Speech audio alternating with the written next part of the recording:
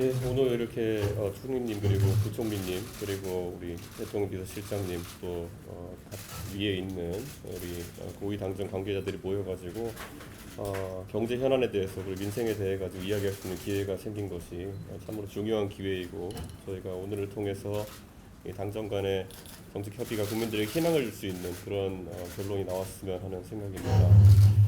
사실 고위 당정 협의를 통해서는 속도감 있는 그런 정책 추진의 어쨌든 의지가 국민들께 표명되었으면 좋겠다라는 생각합니다.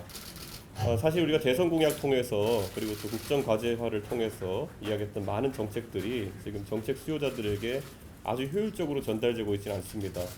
정부도 당의 입법 지원도 계속 요청하겠지만은 실제로 당이 파악한 그런 정책 수요에 대해서 적극적으로 소통하면서 의견을 많이 들어주셨으면 하는 그런 생각입니다.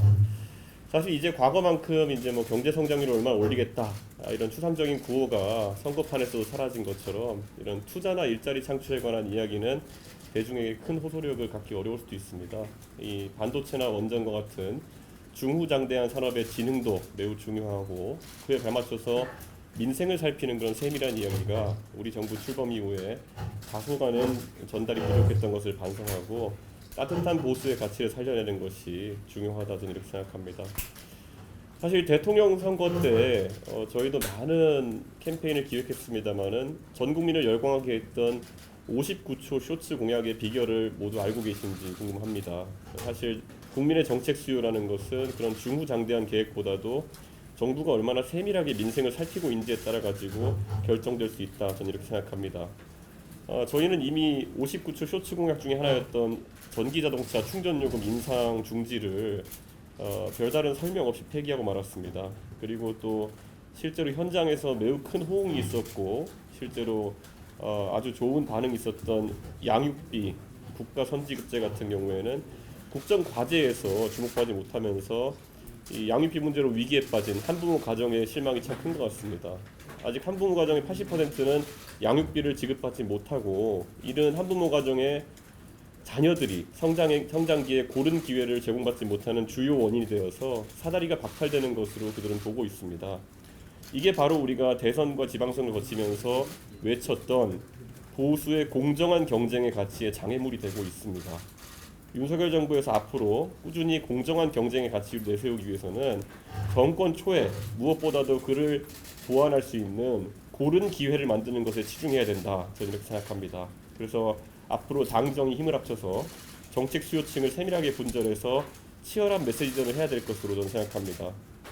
그리고 당장 서울 지하철에서 매일 벌어지는 일부 단체의 대중 다수의 불편을 야기하는 방식의 시위에 대해서 정부와 여당이 적극적인 대응을 하기보다는 인수위 시절부터 추상적이고 감성적인 방식으로 대응을 시도하다가 이제 이 문제가 장기화되고 있습니다. 기름값이 2,200원을 넘어가지고 차를 타고 출근하는 옵션이 사라진 어떤 4호선 연변의 서울 시민에게는 그가 만약에 그 시위를 피해 가지고 7시 이전에 6시에 집에서 나와야 하고 그 때문에 가족과 보낼 시간이 줄어들고 하루가 피로하다면은 그건 그 사람에게 있어서 아마 가장 큰 민생 문제일 것입니다. 이제는 이런 사회적인 갈등에 대해 가지고 우리가 당정 차원에서 받아들일 수 있는 것과 없는 것을 명확히 구분하고 받아들일 수 없는 요구를 지속하기 위해서 그런 무질서를 지속한다면은 과대표된 그들의 목소리가 아니라 일반 대중이 납득할 수 있는 방식으로 이제 이 문제를 해결해 나가야 된다 이런 생각을 합니다. 이런 것을 방치하고 방기하면서 우리가 전 정부와 차별할 수 없을 것이고 우리를 뽑았던 사람들이 지지를 계속할 이유를 찾기 어려울 거라 봅니다. 그리고 마지막으로 소득 격차 문제를 해결하기 위해서 저희가 꾸준히 대선 때부터 공약했던 근로장려금 제도의 확대 시행 또는 범위 확대를 계속 이야기해야 된다 이렇게 생각합니다. 이번에도 저희가 최저임금을 급격하게 올리기 어려운 상황 속에서 명목 최저임금뿐이 아니라 그 실질 최저임금은 사실상 하락했다는 이야기까지 나오는 상황입니다. 이런 보완적 대책 없이는 치솟는 물가 속에서 저소득층에서 월급 빼고 다 올랐다라는 말이 현재 계속 나오고 있습니다. 한계 소비 성향이 강한 그들의 소비가 줄게 되는 순간 그때 소비에 큰 위기가 올 것이라고 저는 보고 있습니다. 지난 5월에 상향 조정에서 각 계층별로 200만 원씩 기준을 상향하긴 했지만은 그것 이상으로 지금 이런 근로장려금이라든지 보수의 대안을 더욱더 적극적으로 국민들에게 전달할 필요가 있어 보입니다. 국민의 정책 수요를 저희가 1차원적으로 평가하지 않고 참 여러 가지 요소를 반영해야 된다 이렇게 보는 것 중에 하나에 택시 요금 문제 같은 경우도 있습니다. 전 개인적으로 과거에 택시 기사로 일해본 경험도 있지만은 최근에 경직된 택시 요금을 인해 가지고 택시 운행 인력이 과부족한 상황이 발생하고 있습니다. 택시 운행 인력과 대리기사 인력은 사실 운전이라는 공통된 서비스를 제공합니다. 그런데 민간에서 자율적으로 운행하는 대리운전 서비스 플랫폼에서 이미 대리운전 기사의 시간당 임금 아니면 시간당 비용이라는 것은 3배 가까이 올랐습니다.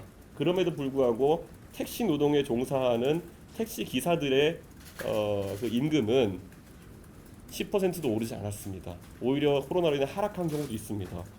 그렇다면 이런 것들이 같은 운전업인데 왜 이런 격차가 발생하는지에 대해서 앞으로 계속 지적이 있을 것이고 우리 당정은 불편한 이야기를 할 수 있을 용기가 있어야 된다. 그렇게 저는 생각합니다. 그래서 실질적으로 택시 요금이라든지 여러 공공 요금이라고 하는 것이 인상되는 것에 대해서 상당한 물가에 대한 우려도 있겠지만은 이런 불합리를 해결하지 못한다면 공정의 문제입니다.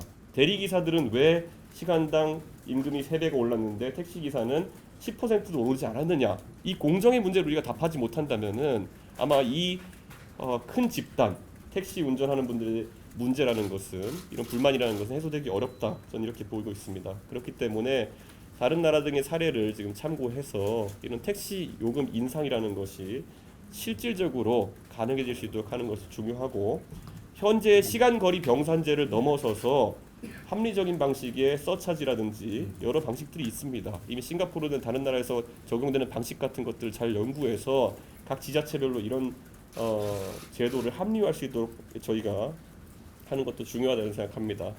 제가 이렇게 구체적인 사안들을 열거하는 이유는 사실 당은 지난 선거 과정에서 많은 공약을 했습니다.